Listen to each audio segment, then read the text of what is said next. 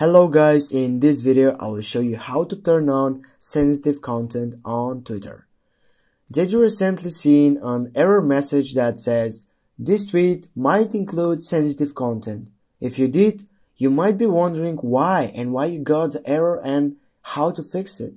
On social media platforms like Instagram, Facebook, Twitter, posting content might lead to a ban. Now I'm going to show you how to make it.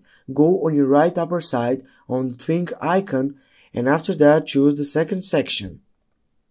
Now go on the second section again on the Explorer. Go on it and as you can see, hide sensitive content is turned on. You need to make sure that this button is turned off. Go and turn it off. And now guys, you know how to turn on sensitive content on Twitter.